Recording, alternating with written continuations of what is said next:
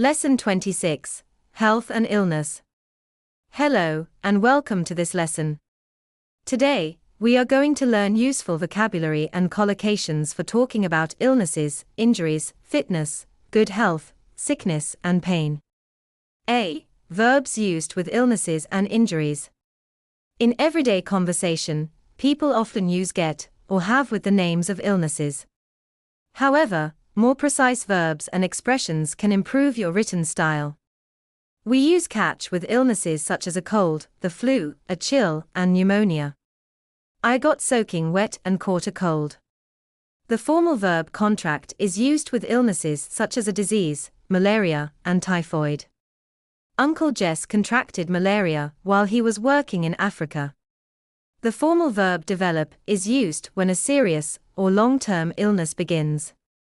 Common collocations include develop lung cancer, develop breast cancer, develop diabetes, develop AIDS, develop arthritis, and develop Alzheimer's disease.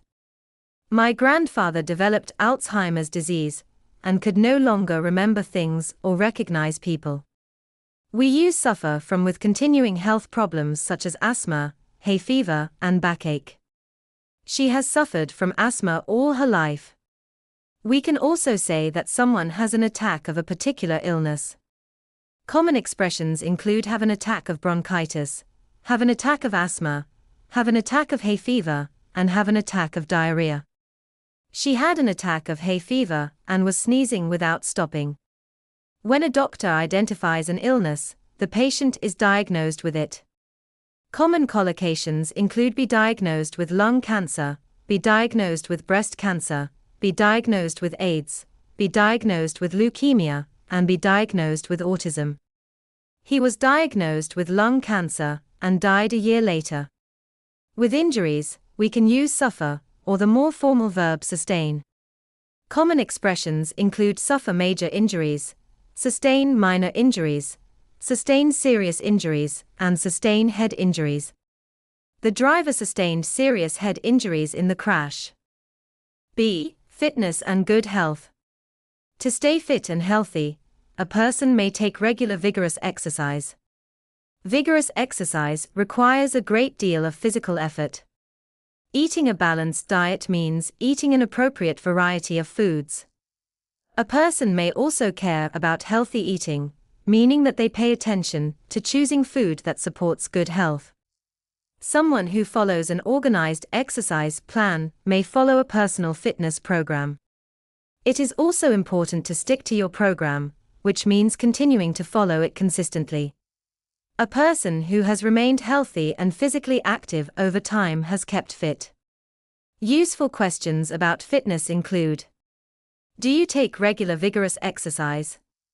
Do you eat a balanced diet? Do you care about healthy eating? Do you follow a personal fitness program?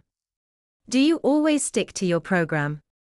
Have you kept fit over the last 2 years? C. Talking about sickness and pain. Someone who is terminally ill has an illness that will eventually cause their death. My poor friend Gina is terminally ill. She will die soon. Extremely severe pain can be described as excruciating pain or unbearable pain. She suffers excruciating pain most of the time. An incurable illness is an illness that cannot be cured. An illness that runs in the family affects several members of the same family and may be passed from one generation to another. Apparently, it is an incurable illness that runs in her family. Health problems that are not very serious may be called trivial ailments or minor ailments. Dave annoys everyone at work. He takes days off even for the most trivial ailments. A dangerous illness can be described as a serious illness. However, a serious illness is not always life-threatening. A life-threatening illness could cause someone to die. Pain that is extremely strong may be described as acutely painful or intensely painful. Less severe, continuous pain may be called a dull ache. For a few days, it was acutely painful, but now it is just a dull ache. A doctor may prescribe tablets to treat a health problem. Medicine may then relieve the pain, or alleviate the pain. Both expressions mean to reduce the pain. My doctor prescribed some tablets, and they relieved the pain. When someone becomes seriously ill very suddenly, we can say that they are taken ill. Cora was taken ill the other day.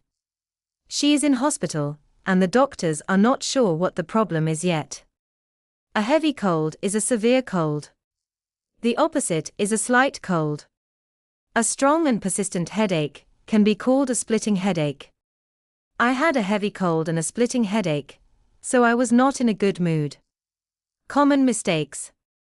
In accidents and wars, things get damaged, but people get injured. Say, their car was slightly damaged, but luckily no one was injured. Do not use damaged to describe an injured person.